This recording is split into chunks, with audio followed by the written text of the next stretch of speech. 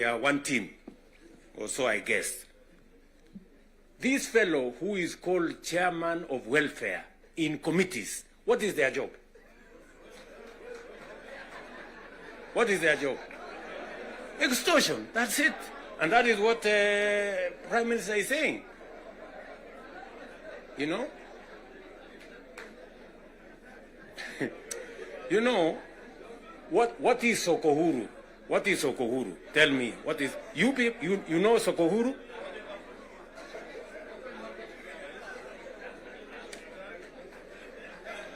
So,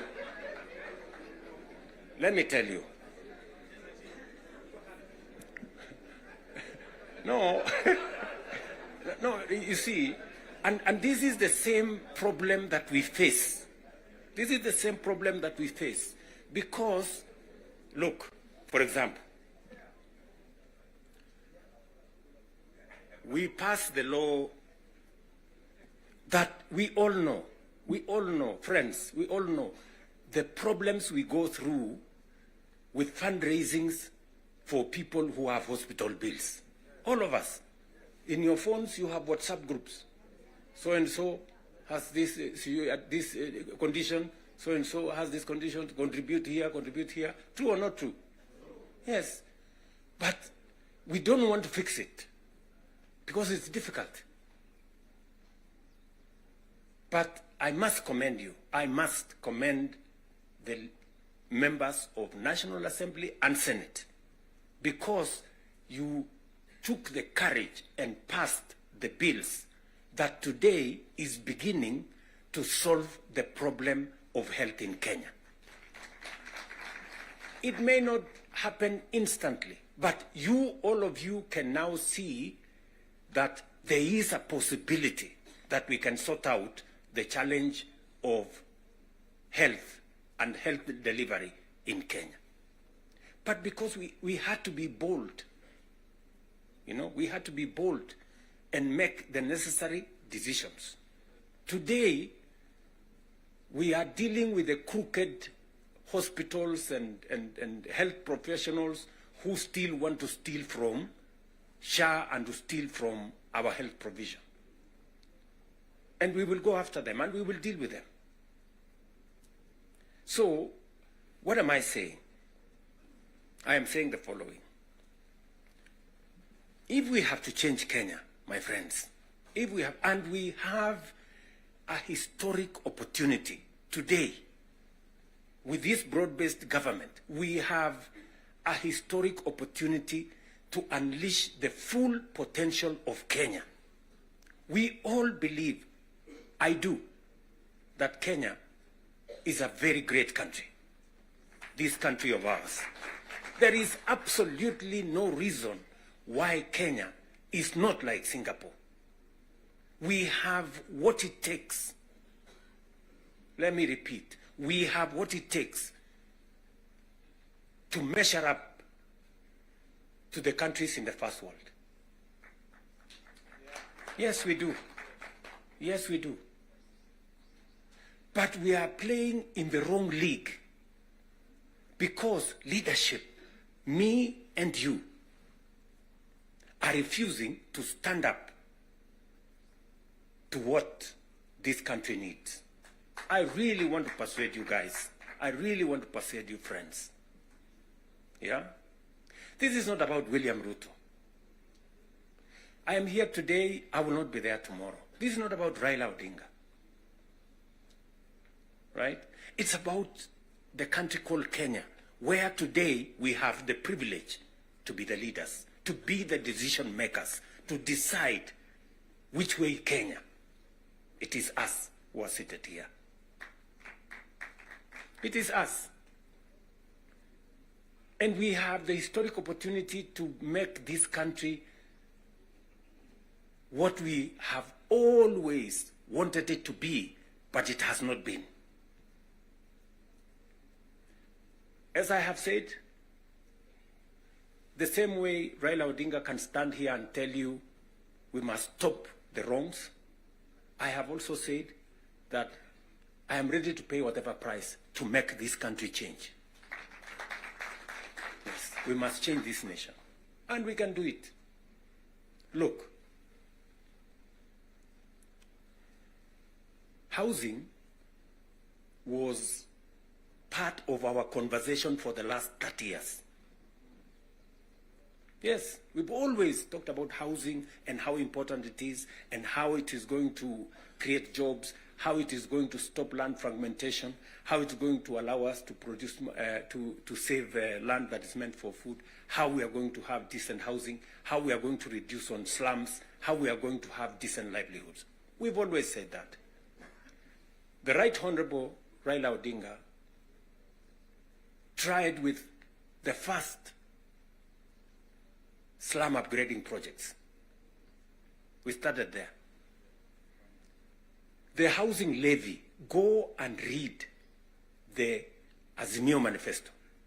Read the Kenya Kwanza manifesto. It is there. It is there in both manifestos. We now are seated here and we have the opportunity to implement what was in the Azimio manifesto and what was in the Kenya Kwanza manifesto. Friends, why don't we just do it? Why don't we just do it? We will do it? Yes. Let us just pull it out and look. You can see for yourselves how transformational it is.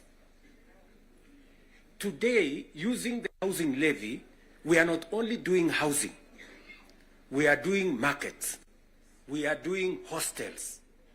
And I promise you, what you see in Mukuru, what you see in Kisumu, because I have been there with Baba here, what you see in Eldoret, what you see in Nakuru, what you see in Kiambu here, what you see in almost every part of Kenya, is just housing implemented for 2 years.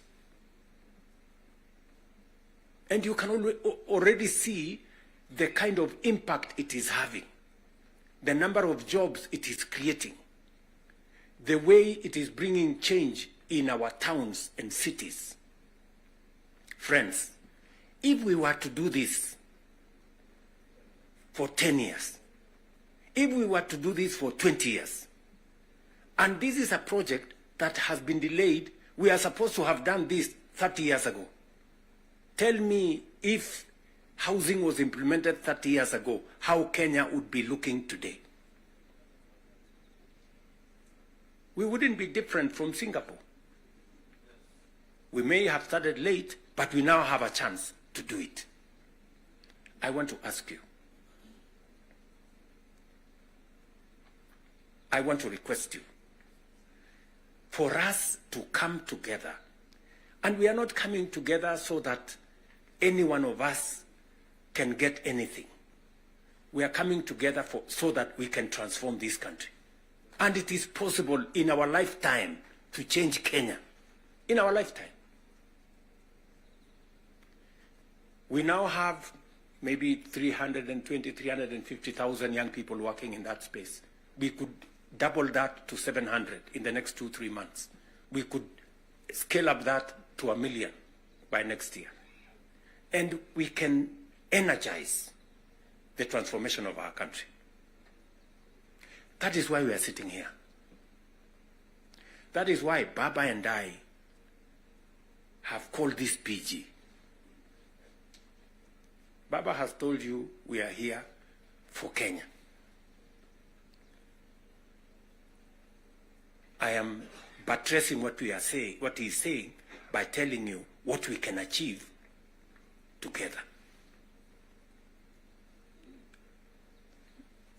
What we can do in our agricultural transformation. If it was not for the broad-based, for example, we wouldn't have had the kind of change that is required in our sugar sector. And I want to tell you, watch this space. In just 2 or maximum 3 years, Kenya will be a net exporter of sugar. Just 2 or 3 years. This country, which perennially we have been looking for safeguards from COMESA. Every year, we are looking for safeguards from COMESA. We are spending public money to go and pay for sugar, to go and pay for farmers, to go and pay for workers who don't work for government, just because we couldn't bite the bullet and tell the crooks there to get out. Now we have told them to leave. And I want to promise you, I want you to hold me to it. We are going to change the sugar sector. We are going to change the coffee sector. You have already seen what is going on in coffee. There is still a little bit of pushback, but we will deal with it. And on and on and on, and we can transform our whole agricultural sector. Just the little interventions that we have done standing together. You people in Parliament making sure that we are subsidizing production. And I must commend, Parliament has always provided money for us to support the production of the country, either through fertilizer or seeds or other interventions when we have brought it to Parliament. So you're part of the making of the history of our nation. Just imagine we have reduced the imports of maize, for example, by 70%. Reduce the imports of sugar by 70%. And we can make that progress if we are focused on